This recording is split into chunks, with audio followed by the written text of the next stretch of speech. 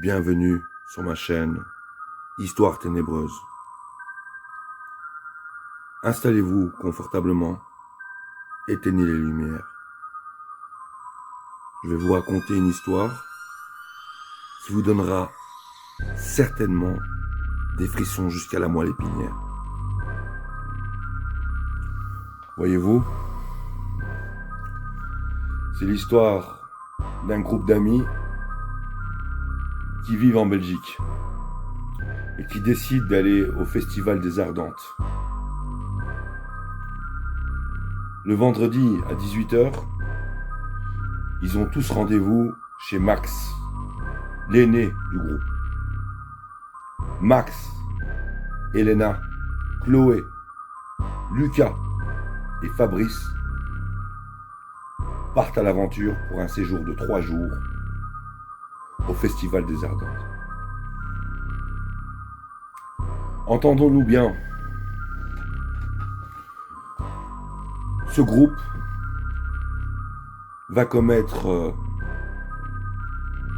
non une erreur, mais plusieurs erreurs durant leur séjour. Et face à la mort,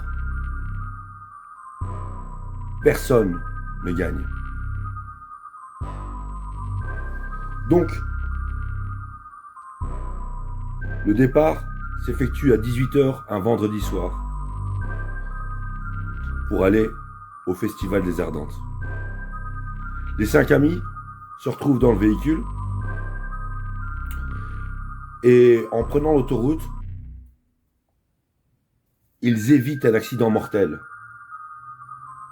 Le chauffeur, Lucas, dans une petite nationale, avant de monter sur l'autoroute, double une voiture qui roulait très lentement. Et au moment de doubler, un semi-remorque venait en face. Lucas a décidé de tourner vers la voiture qui roulait très lentement. Et cette manœuvre a poussé le véhicule qui roulait très lentement dans un ravin. Ne se souciant pas de la manœuvre, tout le groupe d'amis continuèrent leur aventure sans regarder derrière eux. Qu'est-ce qu'ils venaient de faire? Ils ont déjoué la mort une première fois. Ils ont survécu et, pensant que la vie continuait, ils allaient gaiement vers ce festival des Ardentes. Arrivés au festival, ils décident d'aller louer une habitation dans un camping. Emma, la plus jeune du groupe, voulait se pomponner avant de mettre les pieds au festival.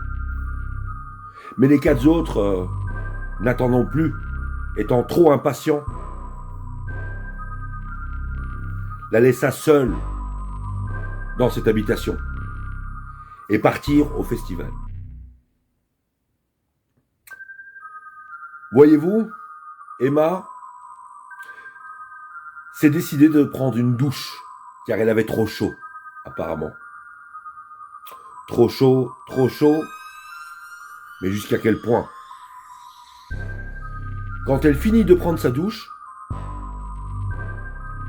voyez-vous, le robinet ne se fermait plus. La mort était présente dans cette salle de bain. La mort était présente depuis l'accident grave qu'ils avaient évité pour eux-mêmes en tuant une famille et poussant un véhicule dans le ravin. Comprenez bien, on ne déjoue pas la mort. La mort gagne toujours. Toujours.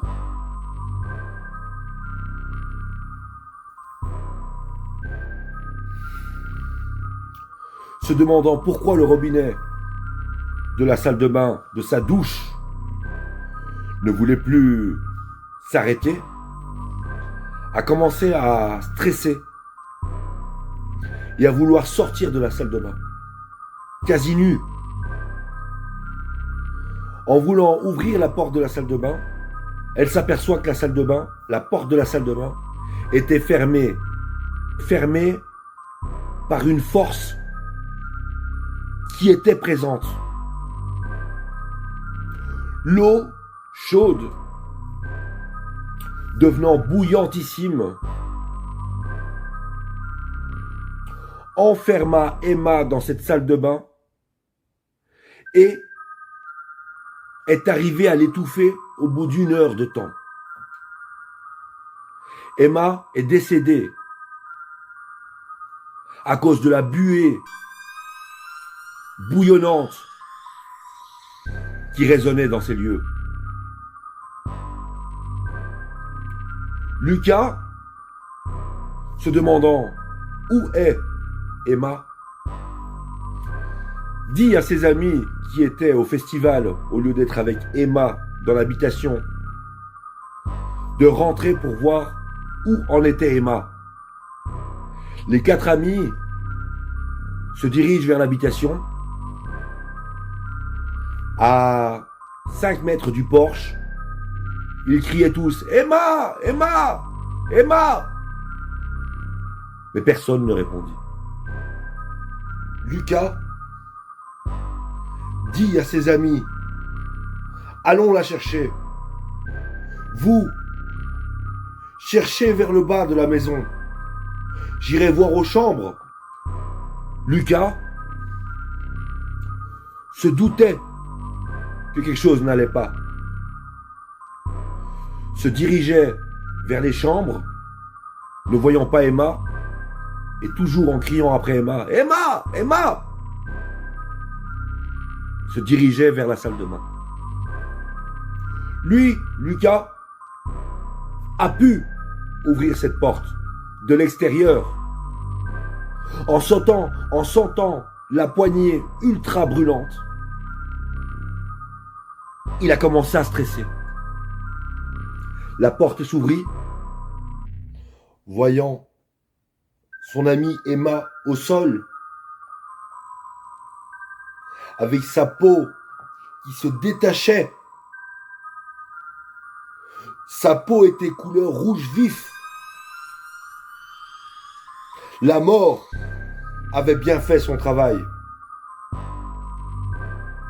Lucas ne s'en doutait toujours pas. La mort était présente dans ces lieux. Et la mort allait avoir tout le groupe avant la fin du séjour. Pris de panique, se recula de cette salle de bain. Mais juste derrière, les amis, il y avait un escalier qui faisait au moins 3 mètres d'altitude. Il trébuchait dans cet escalier, tête à l'envers, tête la première. Il mourut sur l'instant même. Ses 3 amis qui étaient au sous-sol, en train de chercher Emma, entendit la tête de Lucas se fracasser contre le sol, contre les marches, jusqu'à atterrir dans le salon. Elle, la première, vit tout ce sang sous la dernière marche de cet escalier. Et Lucas, encastré dans une statuette, sa tête avait percuté l'épée de plein fouet. Voyant que Lucas était décédé, elle commençait à crier, à perdre les pédales. De peur, par perte de contrôle, ils sortirent tous les 3 de la maison. Une fois dehors, paniqués, affolés de ce qu'elle venait de voir, l'un de ses amis avec la tête encastrée dans une statuette par une épée pris la fuite. Ce début de festival était la fin du festival. Un de ses amis personnels était décédé et l'avait choqué à vie. Les deux amis, restés devant l'habitation, décidèrent d'appeler la police, les urgences, l'ambulance, les pompiers, quelqu'un. Mais malheureusement, la mort avait bien fait son travail. La mort avait coupé leur réseau définitivement. Plus aucun contact. Seul face à la mort. Ayant à peine 18 ans, les deux amis décidèrent de reprendre leur véhicule et d'aller vers la route pour chercher Chloé et de rentrer chez eux et d'expliquer cette affaire, de trouver une possibilité de trouver quelqu'un qui pourrait les aider. Chloé, ayant trouvé quelqu'un en faisant de l'autostop, écoutez, elle trouve une personne qui sortait du festival et c'était un garde forestier. Elle l'arrête. S'il vous plaît, s'il vous plaît, s'il vous plaît, aidez-moi. Le garde forestier s'arrête. Oui, qu'est-ce qu'il y a, mademoiselle? Chloé lui dit, ramenez-moi à la maison, s'il vous plaît. Je suis arrivé à ce festival avec des amis, mais un de mes amis est mort. Pour moi, le festival est fini. Le garde forestier lui répond, je vous y emmène, mais faites vite, montez, car j'ai une urgence. Apparemment, ma famille qui venait me rendre visite est tombée dans un ravin, à quelques lieues d'ici. Chloé, ne disant rien, parce que choquée de la mort de Lucas, monte dans la voiture. Le garde forestier, ne sachant pas que Emma est une fois déjà déjoué la mort et commis le meurtre de sa famille, ou était présente dans le véhicule qui a forcé sa famille à s'éjecter, à aller dans le ravin. Les deux amis ayant pris la voiture prennent le même chantier. Au bout de quelques minutes, ils s'aperçoivent qu'il y a une voiture dans un arbre. Se décide de s'arrêter et s'aperçoit que Chloé est éjectée du véhicule, décédée sur le capot. Le garde forestier mort sur son volant, ensanglanté. Pris de panique à nouveau, les deux amis reprennent le véhicule et partent en direction de l'autoroute. Ils arrivent à quelques mètres de l'autoroute, reprennent cette nationale,